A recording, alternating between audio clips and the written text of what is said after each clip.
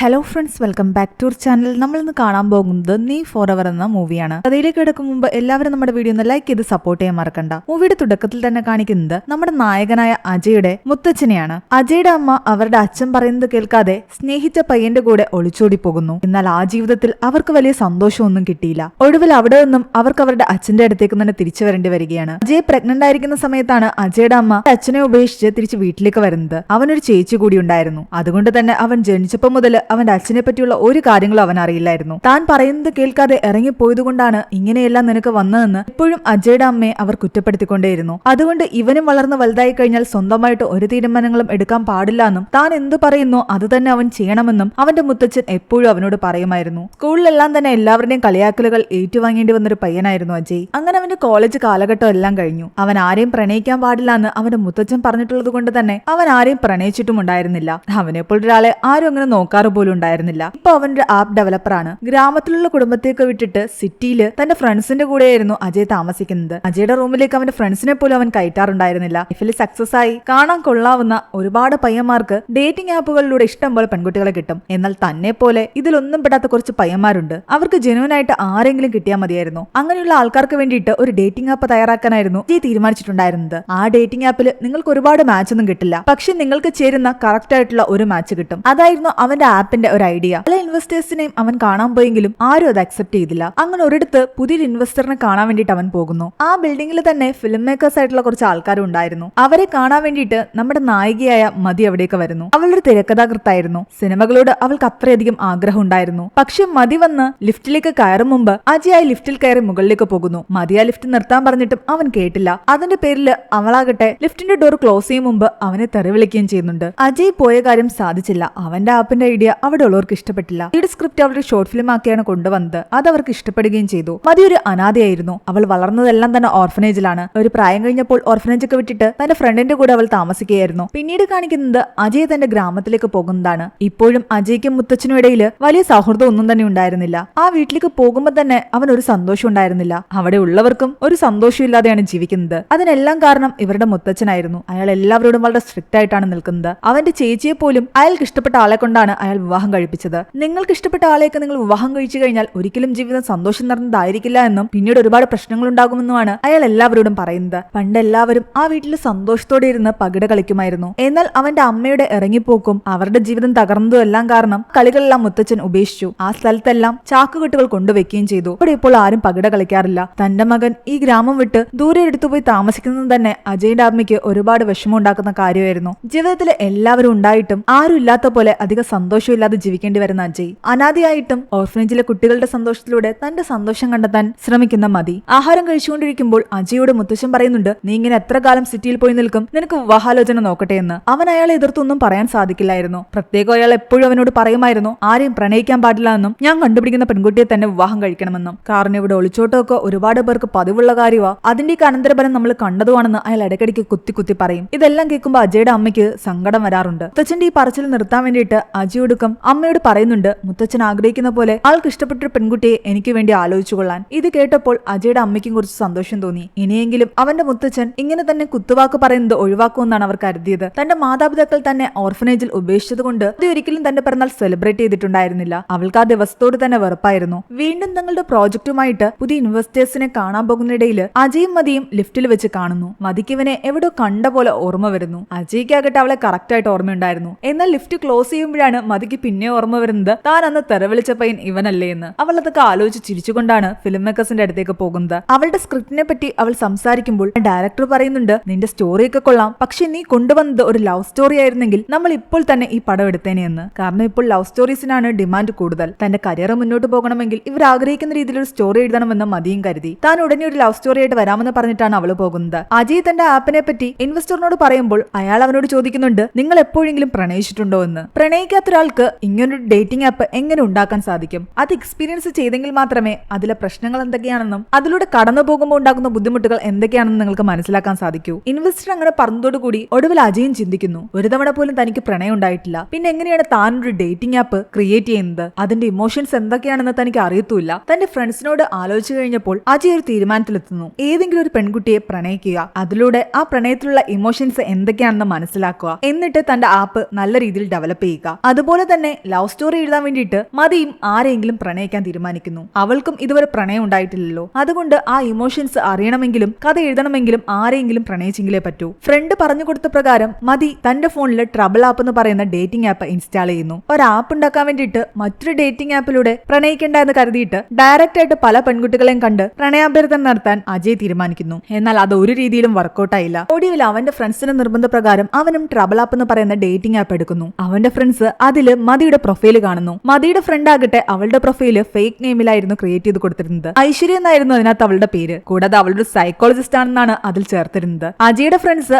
അവളുടെ പ്രൊഫൈല് കണ്ട് അജയുടെ ഫോണിലൂടെ ആ ഒരു പ്രൊഫൈൽ ലൈക്ക് ചെയ്യുകയും ഇവളെ നീ സെറ്റാക്കിക്കോളാൻ പറയുകയും ചെയ്തു. അജയ്ക്ക് അവളെ കണ്ടപ്പോ തന്നെ മനസ്സിലായി അന്ന് ലിഫ്റ്റിൽ വെച്ച് കണ്ട പെൺകുട്ടിയാണെന്ന്. അജയ് തന്റെ പ്രൊഫൈലിൽ ലൈക്ക് ചെയ്തേക്കുന്ന കണ്ടിട്ട് മതിയും തന്റെ ഫ്രണ്ടിനോട് പറയുന്നുണ്ട് ഇവനെ ഞാനന്ന് ലിഫ്റ്റിൽ വെച്ച് കണ്ടിട്ടുണ്ടായിരുന്നു എന്ന്. നിന്റെ എക്സ്പെരിമെന്റിന് ഇവനെ തന്നെ വേണമെങ്കിൽ നീ പ്രണയിച്ചു കൊള്ളാൻ മതിയുടെ ഫ്രണ്ട് പറയുന്നു. മതിയുടെ ഫ്രണ്ട്സ് ആയിരുന്നു അവന്റെ ഫോണിൽ നിന്ന് അവൾക്ക് മെസ്സേജ് അയച്ചുകൊണ്ടിരുന്നത്. മതിയും കൂടുതൽ മെസ്സേജ് അയച്ച് ടൈമൊന്നും കളയാൻ നിന്നില്ല. ഡയറക്റ്റ് ആയിട്ട് മീറ്റ് ചെയ്യാമെന്ന് പറഞ്ഞു. പക്ഷെ അജയുടെ ഫ്രണ്ട്സ് അവനോട് പറയുന്നുണ്ട് നീ ഈ ലുക്കിൽ പോയി കഴിഞ്ഞാൽ ഒരു പെൺകുട്ടിക്ക് ഇഷ്ടപ്പെടില്ല, നിന്റെ ലുക്ക് കംപ്ലീറ്റ്ലി മാറ്റണമെന്ന്. അങ്ങനെ അവന്റെ സ്പെക്സ് ഒക്കെ എടുത്ത് മാറ്റി ലെൻസ് ഒക്കെ അവർ വെച്ചു കൊടുക്കുന്നു. അതുപോലെ മതിയുടെ ഫ്രണ്ടും നിർബന്ധിച്ച പ്രകാരം അവളും പോയി ഫേഷ്യലൊക്കെ ചെയ്ത് തന്റെ ലുക്ക് മാറ്റുന്നു. ലവ്ലി റെയിൻസ് എന്ന് പറയുന്ന ഒരു കഫേയിൽ വെച്ചായിരുന്നു ഇവർ കണ്ടുമുട്ടുന്നത്. അജയ്ക്കാകട്ടെ പെൺകുട്ടികളോട് സംസാരിക്കാൻ അറിയാത്ത കാരണം അവന്റെ കൂട്ടുകാർ എന്തൊക്കെ പറഞ്ഞോ അതൊക്കെയായിരുന്നു അവളോട് അവൻ സംസാരിക്കാൻ ആരംഭിച്ചത്. അതിൽ കൂടുതലും മണ്ടത്തരങ്ങളായിരുന്നു. എങ്ങനത്തുള്ള ആളെയാണ് നിങ്ങൾക്ക് ഇഷ്ടമെന്ന് അവൻ ചോദിച്ചപ്പോൾ അവൾ പറയുന്നുണ്ട് എന്റെ ലൈഫിൽ ചെറിയ ചെറിയ സർപ്രൈസുകൾ തരുന്ന നല്ലൊരു വ്യക്തിയായിരിക്കണം അയാളെന്നാണ് ഞാൻ ആഗ്രഹിക്കുന്നതെന്ന് അവൾ പറയുന്നു. നിന്റെ ആഗ്രഹം എന്താണെന്ന് ചോദിക്കുമ്പോൾ അവൻ പറയുന്നുണ്ട് ലവ് എന്ന ഫീലിംഗ് ഒരിക്കലും മിസ്സാകാതെ അത് അനുഭവിച്ചറിയാൻ വേണ്ടിയിട്ട് ഏത് എക്സ്ട്രീം വരെയും പോകണമെന്നാണ് എന്റെ ആഗ്രഹമെന്ന്. ഇവൻ പറയുന്ന ഓരോ മണ്ടത്തരങ്ങളൊക്കെ കേട്ടിട്ട് മതിക്ക് മനസ്സിലായി ഇവനെപ്പോഴൊരു മണ്ടനെ തന്നെ തന്റെ എക്സ്പെരിമെന്റിന് വേണ്ടിയിട്ട് താൻ യൂസ് ചെയ്താൽ മതിയെന്ന്. അവളെ സംബന്ധിച്ച് ഒരു ലവ് സ്റ്റോറി എഴുതണം, അത് ഇവനുമായിട്ടുള്ളൊരു പ്രണയകഥ തന്നെ ആയിക്കോട്ടെ എന്നായിരുന്നു അവളുടെ തീരുമാനം. ആ കഫേയിൽ കുറേയധികം കപ്പിൾസ് പ്രപ്പോസ് ചെയ്യുന്ന ഫോട്ടോസ് വെച്ചിട്ടുണ്ടായിരുന്നു. എന്തുകൊണ്ടാണ് അവിടെ വെച്ചിരിക്കുന്നതെന്ന് ഇവർ വെയിറ്ററിനോട് ചോദിക്കുന്നു. ആ വെയിറ്റർ അതിനെന്തോ മറുപടി പറയുകയും ചെയ്യുന്നുണ്ട്. കുറച്ചു കഴിഞ്ഞപ്പോൾ ഇവർ രണ്ടുപേരും കഫേയിൽ നിന്ന് പുറത്തേക്ക് ഇറങ്ങി. അവിടെ പെട്ടെന്ന് മഴ പെയ്യാൻ ആരംഭിച്ചു. ഇനിയും കാണണമല്ലോ എന്ന് കരുതിയിട്ട് അജയ് അവളോട് നമ്പർ ചോദിക്കുന്നു. തൽക്കാലം ഇപ്പോഴേ നമ്പർ ഒന്നും ഷെയർ ചെയ്യേണ്ട, ആപ്പിൽ തന്നെ നമുക്ക് സംസാരിക്കാമെന്നാണ് അവൾ പറയുന്നത്. നമ്പർ പോലും തരാതെ അവൾ പോയത് കാരണം ഇനി അവൾ മെസ്സേജ് അയക്കില്ല എന്നാണ് അജയ് കരുതിയത്. പക്ഷെ അവനെ സർപ്രൈസ് ആക്കിക്കൊണ്ട് അവൾ മെസ്സേജ് അയക്കുകയും ഒരു നൈറ്റ് വാക്കിന് പോകാമെന്ന് പറയുകയും ചെയ്തു. അവൾ ഒരുപാട് ഇഷ്ടപ്പെടുന്ന സ്ഥലങ്ങളിലേക്കെല്ലാം അവനെ അവൾ കൂട്ടിക്കൊണ്ടുപോയി. ആ സ്ഥലങ്ങളൊക്കെ അവന് ഒരുപാട് ഇഷ്ടപ്പെട്ടു. ഒരു ദിവസം അജയുടെ ഒരു ഫ്രണ്ട് അവനോട് പറയുന്നുണ്ട് ഇപ്പോൾ ആൺകുട്ടികളെല്ലാം ഏതെങ്കിലും ഒരു പെൺകുട്ടിയുമായിട്ട് ഡേറ്റിംഗിലായിരിക്കും. പക്ഷെ ലൈഫ് ലോങ് അവൾ തന്റെ കൂടെ വേണമെന്നോ അവളുടെ കൂടെ ഒരു ജീവിതം മുന്നോട്ട് കൊണ്ടുപോകണമെന്നൊന്നും പലരും ആഗ്രഹിക്കുന്നില്ല. പക്ഷെ നമ്മളെപ്പോലുള്ള ചില പയ്യന്മാരൊക്കെ ആഗ്രഹിക്കുന്നത് ഏതെങ്കിലും ഒരു നല്ല പെൺകുട്ടി നമ്മളെ പ്രണയിക്കണമെന്നും അവൾ നമ്മളെ പ്രണയിച്ചു തുടങ്ങുമ്പോൾ നമുക്ക് നമ്മളെ തന്നെ മനസ്സിലാക്കാൻ സാധിക്കുമെന്നുമാണ്. അവർ നമ്മുടെ ലൈഫിലുണ്ടാക്കുന്ന മാറ്റങ്ങൾ വളരെ വലുതായിരിക്കും. അതൊക്കെ നീ ഒരു ദിവസം എക്സ്പീരിയൻസ് ചെയ്യുമെന്നാണ് അജയുടെ കൂട്ടുകാരൻ അവനോട് പറയുന്നത്. അജയ് പതിയെ പതിയെ മതിയെ ഇഷ്ടപ്പെട്ടു തുടങ്ങിയിരുന്നു. പക്ഷെ ഇപ്പോഴും മതി തന്റെ റിയൽ നെയിം അവനോട് പറഞ്ഞിട്ടില്ല. അജയ്ക്ക് ഇപ്പോഴും ഡേറ്റിംഗ് ആപ്പിൽ കണ്ട ഐശ്വര്യ തന്നെയായിരുന്നു അവൾ. ഒരു ഫിലിം മേക്കർ ആണെന്ന് അവൻ അറിയില്ല, ഒരു സൈക്കോളജിസ്റ്റ് ആണെന്ന് തന്നെയാണ് വിചാരിച്ചു വെച്ചിരിക്കുന്നത്. അതിനിടയ്ക്ക് അവന്റെ മുത്തച്ഛൻ അവനെ വിളിച്ചിട്ട് പറയുന്നുണ്ട് നീ പറഞ്ഞ പ്രകാരം ഞങ്ങളൊരു പെൺകുട്ടിയെ നോക്കി വെച്ചിട്ടുണ്ട്, അവര് നിന്നെ കാണാൻ വേണ്ടി വരുന്നുണ്ട്, അതുകൊണ്ട് എത്രയും പെട്ടെന്ന് നീ നാട്ടിലേക്ക് വരണമെന്ന്. ഇതിൽ നിന്ന് എങ്ങനെ ഒഴിവാകുമെന്ന് ആലോചിച്ചിരിക്കുകയായിരുന്നു അജയ്. അതിനിടയ്ക്ക് അജയുടെ ഫ്രണ്ട് റോക്കി ആകട്ടെ തന്റെ പരിചയത്തിലുള്ള ഒരു പയ്യന്റെ വിവാഹത്തലേന്നുള്ള റിസപ്ഷനിൽ പങ്കെടുക്കാൻ വേണ്ടിയിട്ട് അജയും കൂട്ടരെയും വിളിക്കുന്നു. എന്നാൽ ആ കെട്ടാൻ പോകുന്ന പയ്യനും ചെക്കനും പരസ്പരം ഇഷ്ടമായിരുന്നില്ല. അവരുടെ വീട്ടുകാരെ നിർബന്ധിച്ചിട്ടാണ് അവർ വിവാഹം കഴിക്കാൻ തീരുമാനിച്ചത്. പരസ്പരം അവർക്ക് അങ്ങോട്ടും ഇങ്ങോട്ടും ഒരു ലവ് പോലും തോന്നുന്നുണ്ടായിരുന്നില്ല. ആ ദേഷ്യത്തിൽ നിൽക്കുകയായിരുന്നു അവർ രണ്ടുപേരും. ആ ഫംഗ്ഷനിലേക്ക് മതിയും വരുന്നുണ്ട്. അജയ് മതിയെ കണ്ടതും അവളോട് പോയി സംസാരിക്കുന്നു. ഫംഗ്ഷനിലെല്ലാം തന്നെ അവർ ഒരുപാട് അടുത്തിടപഴകുകയും എൻജോയ് ചെയ്യുകയും ചെയ്യുന്നുണ്ട്. അവരെ കണ്ടാൽ തന്നെ അവരൊരു ക്യൂട്ട് കപ്പിളാണെന്ന് എല്ലാവർക്കും തോന്നും. വിവാഹം കഴിക്കാൻ നിൽക്കുന്ന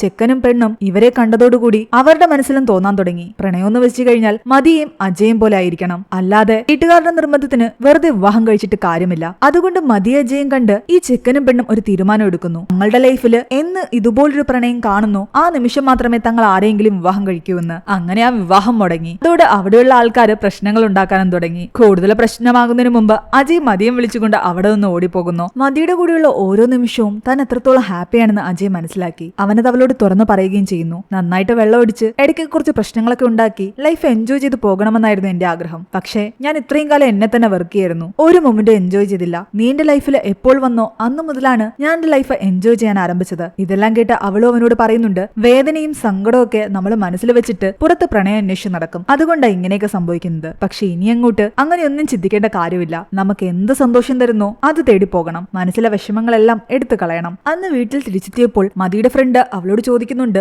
ഈ പോക്കിനാണെങ്കിൽ നീ മിക്കവാറും അവനെ റിയൽ ആയിട്ട് ലവ് ചെയ്യുമെന്ന്. മതി പറയുന്നുണ്ട് ഇതെല്ലാം ഒരു എക്സ്പെരിമെന്റ് ആണ്, എന്റെ സ്റ്റോറി പൂർത്തിയായെങ്കിലേ പറ്റൂ. ഓരോ ദിവസവും അവരുടെ ലൈഫിൽ നടക്കുന്ന കാര്യങ്ങളെല്ലാം തന്നെ അവൾ സ്റ്റോറി ആയിട്ട് എഴുതുന്നുണ്ടായിരുന്നു. ആപ്പിന് വേണ്ടിയിട്ടാണ് താൻ അവളെ പരിചയപ്പെട്ടതും പ്രണയിക്കാൻ ആരംഭിച്ചതെന്നും അവളോട് തുറന്നു പറയണമെന്ന് അജയ് കരുതുന്നു. പക്ഷെ അവൾ അതൊക്കെ അറിഞ്ഞ് തന്നെ ഉപേക്ഷിച്ച് പോയാലോ എന്ന് അവന് പേടിയുണ്ടായിരുന്നു. അതുകൊണ്ട് അവൻ അതൊന്നും തുറന്നു പറഞ്ഞില്ല. കാരണം അവനിപ്പോൾ ആത്മാർത്ഥമായിട്ട് അവളെ പ്രണയിച്ചു തുടങ്ങിയിരുന്നു. പിറ്റേന്ന് മതിയാകട്ടെ അജയുടെ വീട്ടിലേക്ക് വരുന്നു. ആരും കയറാത്ത അവന്റെ റൂമിലേക്ക് അവൾ കയറുമ്പോൾ അവിടെ നിറയെ ഇരുട്ടായിരുന്നു. ജനലുകൾ തുറന്നിട്ടപ്പോഴാണ് ആ റൂമിന്റെ ഭംഗി അവൾക്ക് മനസ്സിലാകുന്നത്. അവിടെയെല്ലാം അജയുടെ ഫാമിലിയുടെ ഫോട്ടോസ് ഉണ്ടായിരുന്നു. ഇത്രയും നല്ലൊരു ഫാമിലി നിനക്കുണ്ടായിട്ട് എന്തുകൊണ്ടാണ് നീ ഇങ്ങനെ ഒറ്റയ്ക്ക് വന്ന് ജീവിക്കുന്നതെന്ന് ചോദിക്കുമ്പോൾ അവൻ പറയുന്നുണ്ട്, പുറമേ കാണുമ്പോൾ നല്ല ഫാമിലിയൊക്കെ ആയിരിക്കും, പക്ഷെ അകത്ത് സന്തോഷം ഉണ്ടായിരിക്കില്ല. അത് മനസ്സിലാകണമെങ്കിൽ ആ ഫാമിലിക്കുള്ളിൽ ജീവിക്കണം. മനസ്സിൽ ഒരുപാട് വിഷമങ്ങൾ അവൻ കൊണ്ടു നടക്കുന്നുണ്ടെന്ന് അവൾക്ക് മനസ്സിലായി. അന്ന് അവനോട് യാത്ര പറഞ്ഞിറങ്ങാൻ നേരത്ത് അവൻ വീണ്ടും അവളോട് ഫോൺ നമ്പർ ചോദിക്കുന്നുണ്ട്. എന്നാൽ നാളെ തരാമെന്നാണ് അവള് പറയുന്നത്. അന്ന് രാത്രി കടന്നുപോയി. പക്ഷെ പിറ്റേന്ന് രാവിലെ അവൻ ആപ്പ് എടുത്ത് നോക്കുമ്പോൾ അതിൽ അവൾക്ക് മെസ്സേജ് അയക്കാൻ പറ്റുന്നില്ല. അവൾ അവനെ ബ്ലോക്ക് ചെയ്തിരിക്കുന്നു. അവളെ എങ്ങനെ കോണ്ടാക്ട് ചെയ്യണമെന്ന് പോലും അവൻ അറിയില്ല. അവന്റെ ഫ്രണ്ട്സ് എല്ലാം അവനോട് പറയുന്നുണ്ട് അവൾ നിന്നെ ചതിക്കുകയായിരിക്കുമെന്ന്. അതുകൊണ്ടാണ് ഒരു ദിവസം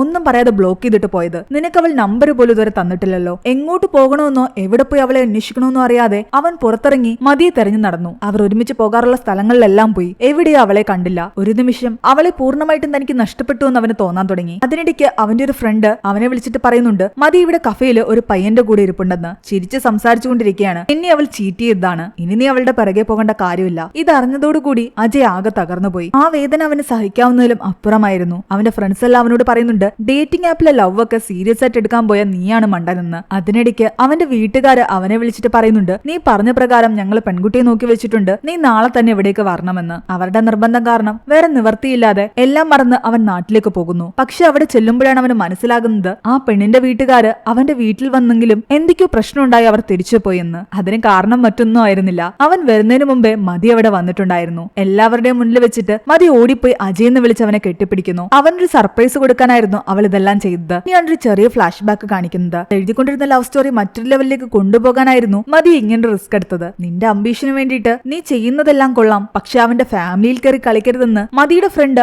അവളോട് പറഞ്ഞെങ്കിലും മതി പറയുന്നുണ്ട്, തെറ്റ് ചെയ്ത് ജയിക്കണമെന്നാണെങ്കിൽ താൻ അതും ചെയ്യുമെന്ന്. അവന്റെ ഫാമിലി ഫോട്ടോയുടെ താഴെ അവരുടെ വീടിന്റെ അഡ്രസ് ഉണ്ടായിരുന്നു. അത് വെച്ചിട്ടാണ് അവൾ വീട് കണ്ടുപിടിച്ച് അവിടേക്ക് എത്തിയത്. ഇവനെ കാണാൻ വന്ന പെണ്ണിന്റെ വീട്ടുകാര് അവിടെ ഉള്ളപ്പോൾ തന്നെ മതി അവിടേക്ക് വരികയും അജയുമായിട്ട് താൻ പ്രണയത്തിലാണെന്ന് പറയുകയും ചെയ്തു. അതോടെ അവര് പോയി. ഏറ്റവും കൂടുതൽ ദേഷ്യം അജയുടെ മുത്തച്ഛനായിരുന്നു. ഒരിക്കലും നീ പ്രണയിക്കാൻ പാടില്ല എന്ന് അയാൾ പലതവണ അജയോട് പറഞ്ഞതാണ്. എന്നിട്ടും അയാൾക്ക് കൊടുത്ത വാക്ക് തെറ്റിച്ചുകൊണ്ട് അവൻ ഒരു പെൺകുട്ടിയെ പ്രണയിച്ചിരിക്കുന്നു. എല്ലാവരും അജയ്ക്കെതിരായി. അവനെ കുറച്ചെങ്കിലും സപ്പോർട്ട് ചെയ്തത് അവന്റെ അമ്മ മാത്രമായിരുന്നു. അജയ് ഒരു പെൺകുട്ടിയെ പ്രണയിച്ച ദേഷ്യത്തില് അവന്റെ മുത്തച്ഛൻ തൂങ്ങിച്ചാകാൻ പോകുന്നു. എന്നാൽ ഫാൻ ഒടിഞ്ഞ് അയാൾ താഴെ വീഴുന്നുണ്ട്. ആ സമയം വാതിൽ ചവിട്ടിപ്പൊളിച്ച് അജയാണ് അയാളെ രക്ഷിക്കാൻ വന്നത്. അജയോട് അവന്റെ ചേച്ചി പറയുന്നുണ്ട്, ഈ വിഷയം സീരിയസ് ആണ്, നമ്മുടെ മുത്തച്ഛൻ എന്തെങ്കിലും കടുങ്കൈ ചെയ്തു കളയുമെന്ന്. എന്നാൽ അവൻ തിരിച്ചു പറയുന്നുണ്ട്, എനിക്ക് ഓർമ്മ വെച്ച നാളെ മുതല് മുത്തച്ഛനെ സന്തോഷിപ്പിക്കാൻ വേണ്ടിയിട്ട് നിങ്ങളൊക്കെ പറയുന്ന എല്ലാ കാര്യങ്ങളും ഞാൻ ചെയ്തു. എന്നിട്ടും മുത്തച്ഛൻ അമ്മയെ കുറ്റപ്പെടുത്തിക്കൊണ്ടിരിക്കുകയാണ്. ചേച്ചി പോലും ചേച്ചിക്ക് ഇഷ്ടപ്പെടാത്ത ആളെയല്ലേ മുത്തച്ഛൻ പറഞ്ഞ പ്രകാരം വിവാഹം കഴിച്ചത്. എന്നിട്ട് എന്തായി? എന്റെ ലൈഫും എനിക്കങ്ങനെ നശിപ്പിക്കാൻ പറ്റില്ല. ഞാൻ എന്റെ സന്തോഷമേ ഈ സമയം നോക്കുന്നുള്ളൂ. കുറെ നാളുകൾക്ക് ശേഷം മകനും കൂട്ടുകാരും എല്ലാം വീട്ടിലേക്ക് വന്നത് കാരണം അജയുടെ അമ്മ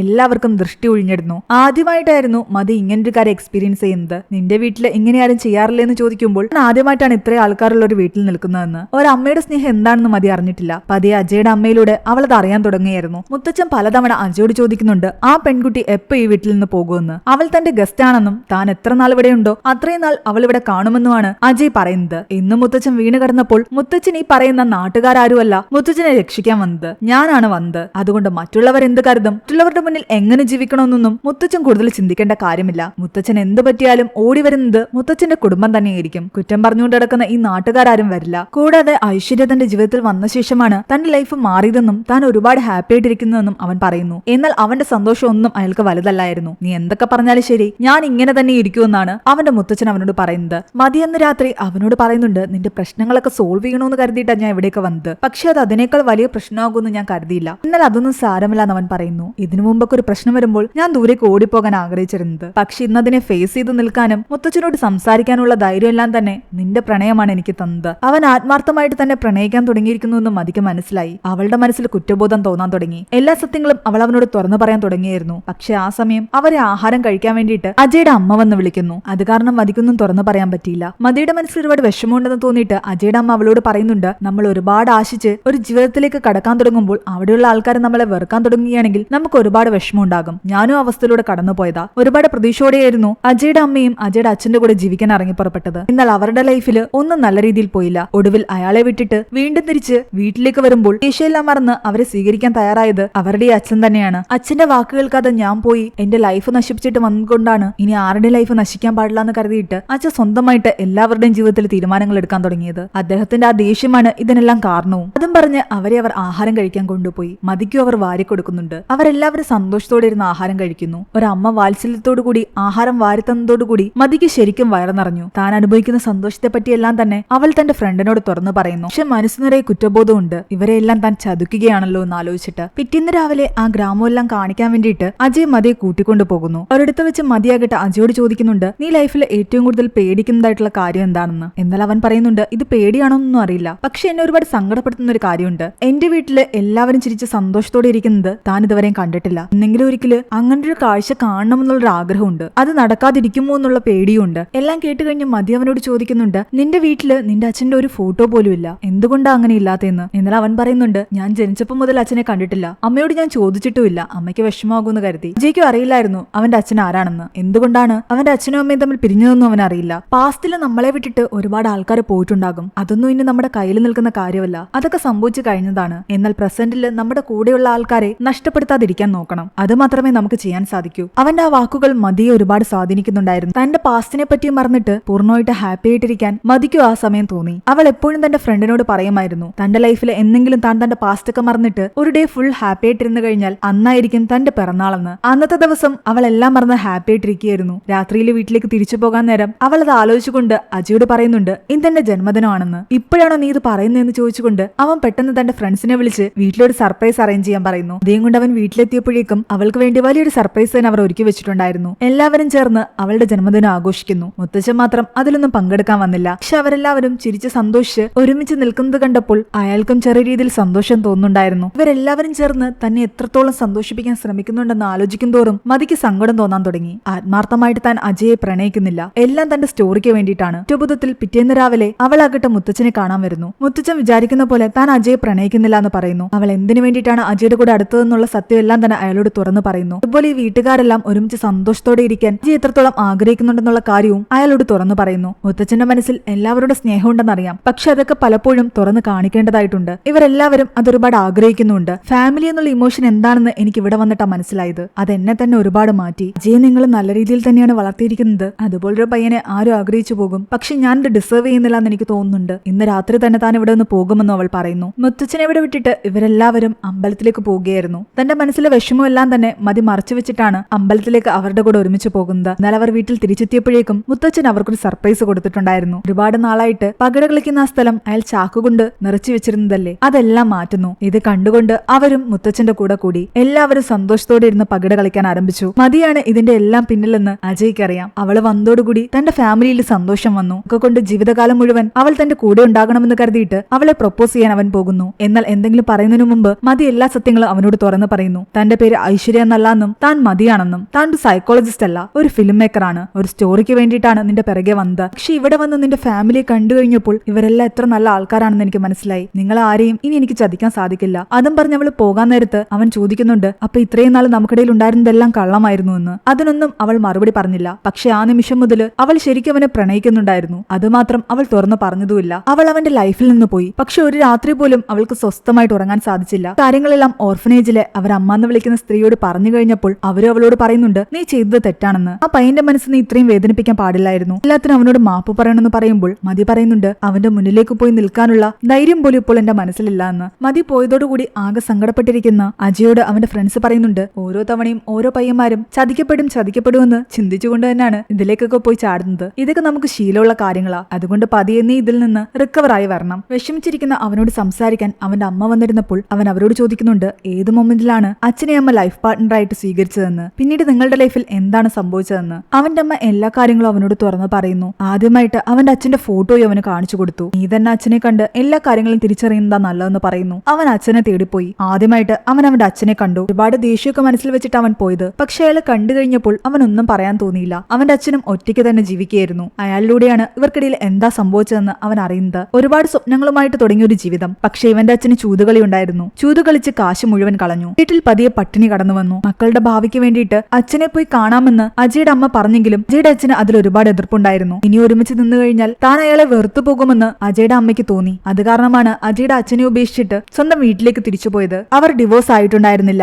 അവരെ മിസ് ചെയ്യാൻ തുടങ്ങിയപ്പോൾ അവരെ കാണാൻ വേണ്ടിയിട്ട് അജയുടെ അച്ഛൻ വന്നിട്ടുണ്ടായിരുന്നു. പക്ഷേ ആ വീട്ടില് തന്റെ വൈഫും കുട്ടികളും എത്രത്തോളം ഹാപ്പി ആയിട്ടാണ് ജീവിക്കുന്നതെന്ന് മനസ്സിലാക്കിയപ്പോൾ അവരെ തിരിച്ചു കൂട്ടിക്കൊണ്ട് പോരാത്തതാ നല്ലതെന്ന് അജയുടെ അച്ഛന് തോന്നി. തങ്ങളുടെ പ്രണയം നഷ്ടപ്പെടാതിരിക്കാൻ വേണ്ടിയിട്ട് തങ്ങൾക്ക് സെപ്പറേറ്റഡ് ആയിട്ട് നിൽക്കേണ്ടി വന്നു. അച്ഛൻ അത്ര ക്രൂരനായിട്ടുള്ള മനുഷ്യനൊന്നും അല്ലാന്ന് അജയ്ക്ക് മനസ്സിലായി. തന്റെ ലൈഫിൽ നിന്ന് ഒരുപാട് കാര്യങ്ങൾ പഠിച്ച അജയ് ആകട്ടെ ആ ഇൻവെസ്റ്ററിനെ കാണാൻ വീണ്ടും പോകുന്നു. അയാൾ കാരണമാണല്ലോ അവനെ ലവ് എക്സ്പീരിയൻസ് ചെയ്യാൻ ഇറങ്ങി പുറപ്പെട്ടത്. ലവ് നമ്മുടെ ലൈഫിൽ നമ്മൾ എക്സ്പീരിയൻസ് ചെയ്യുന്നതിന് മുൻപ് തന്നെ നമ്മൾ പ്രണയിക്കുന്ന ആൾക്കാർ നമ്മളിൽ നിന്നും ഒരുപാട് ദൂരെ പോയിട്ടുണ്ടാകും. ലവ് എപ്പോഴും പെർഫെക്റ്റ് ആയിരിക്കില്ല. അതിൽ ഒരുപാട് അപ്പ് ആൻഡ് ഡൗൺസ് ഉണ്ടാകും. എല്ലാം ഓവർകം ചെയ്ത് നമ്മൾ പോകണം. എന്നാൽ മാത്രമേ നമ്മൾ പ്രണയിക്കുന്ന ആൾക്കാർ എന്നും നമ്മുടെ കൂടെ ഉണ്ടാകൂ. ഇതുപോലെ തന്നെ താൻ തയ്യാറാക്കിയ സ്റ്റോറിയുമായിട്ട് മതിയും ഒരു പ്രൊഡ്യൂസറെ കാണാൻ പോകുന്നു. അവൾ അവരോട് പറയുന്നത് ഇങ്ങനെയായിരുന്നു: ലൈഫിൽ ഒരുപാട് ആൾക്കാരെ നമ്മൾ കണ്ടുമുട്ടും, പക്ഷെ നമുക്കെന്ന് പറഞ്ഞു വരുന്ന ഒരാൾ മാത്രമേ ഉണ്ടാകൂ. അയാൾ നമ്മുടെ ലൈഫിൽ വരുന്നതോടുകൂടി നമുക്ക് ചുറ്റുമുള്ള എല്ലാം തന്നെ ബ്യൂട്ടിഫുൾ ആയിട്ട് തോന്നും. ഒരു ലവ് ഫെയിലിയർ ആയി കഴിഞ്ഞാൽ അടുത്ത ലവിന്റെ പിറകെ പോകുന്ന ഒരു ജനറേഷൻ അവിടെയുള്ളത്. പക്ഷെ ആത്മാർത്ഥമായിട്ടുള്ള പ്രണയത്തിന്റെ ഓർമ്മകൾ എന്നും നമ്മുടെ ഉള്ളിലുണ്ടാകും. ആ ഓർമ്മകൾ തന്നെയാണ് നമുക്ക് ഒരുപാട് സന്തോഷങ്ങൾ തരുന്നതും അതുപോലെ തന്നെ പരസ്പരം പിരിഞ്ഞ ശേഷം ഒരുപാട് വേദനകൾ തരുന്നതും. എല്ലാ റിലേഷൻഷിപ്പിലും വീക്കായ ഒരാള്